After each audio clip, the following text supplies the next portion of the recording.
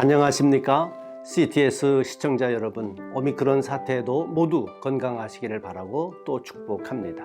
저는 NIMS 임마누엘 침례교회를 섬기고 있는 한충원 목사입니다. 오늘 갈라디아서 6장 9절 한 절 말씀을 통해 제가 깨달아온 과정을 잠시 나눌까 합니다.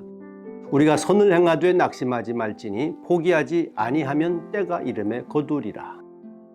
제가 본문 말씀을 읽으며 참 이상하게 생각된 것이 선한 일을 하면서 왜 낙심할까였습니다. 선한 일을 한다면 기쁨과 감격이 있을 뿐이지 웬 낙심을 하고 피곤하여 또 포기까지 하게 될까 하는 의문을 가졌습니다.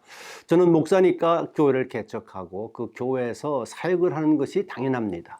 또 결혼을 해서 가정 이루고 아들, 딸 낳아 잘 기르는 이민 생활을 하는 것도 당연하고 마땅하지요.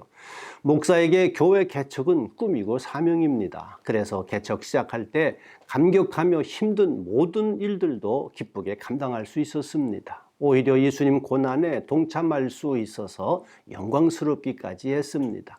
그리고 제게도 신혼생활은 참 깨가 쏟아지는 시절이었습니다. 허니문이란 말을 실감했었으니까요.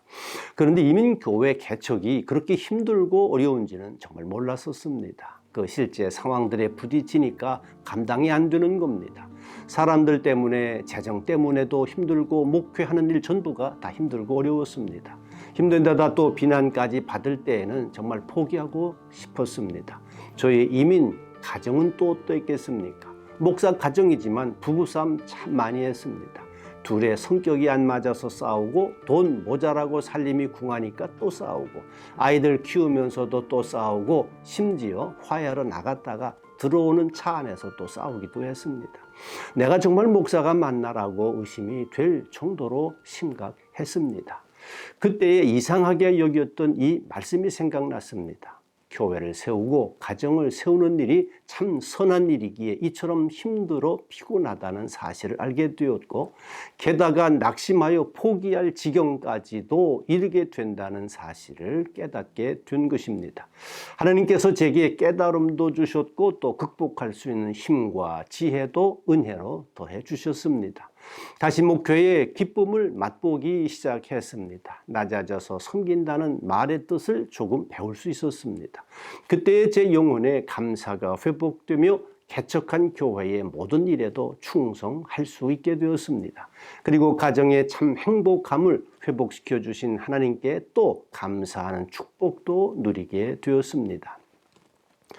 이제는 낙심과는 거리가 멀어진 줄 알고 10여 년의 시간이 지났을 때 더 큰 낙심이 다시 찾아왔습니다. 나는 목사의 자격도 심지어 남편과 아빠의 자격도 전혀 없는 것만 같은 잘못된 사람인 것 같았습니다. 낙심하여 힘들 때 새벽제단에서 같은 말씀을 통해 다시 깨닫게 해주셨습니다. 선한 일을 하니까 내가 선한 사람이 된 줄 아느냐?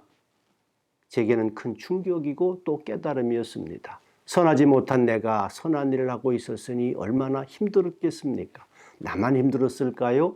내 주변에 있는 많은 사람들에게도 얼마나 많이 힘들고 아프게 했었겠습니까?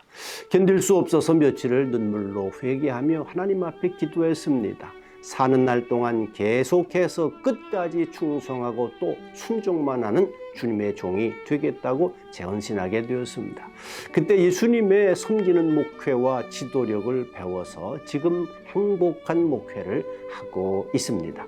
저는 때가 이를 때까지 계속 이렇게 만들어져 가는 목사이고 싶습니다.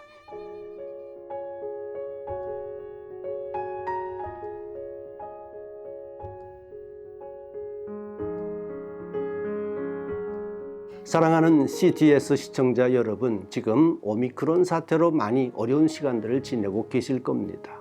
혹시 다 포기하고 싶은 심정이신 분들이 계실지 모르겠습니다. 그러나 우리 모두 어려운 생활을 하면서 많은 고생들을 다 헤쳐 나오지 않으셨습니까? 우리 하나님은 때가 이르면 반드시 거두게 해주시는 좋으신 아버지이십니다. 끝까지 잘 참아 승리하셔서 그런 하나님을 꼭 경험하시기를 축복합니다.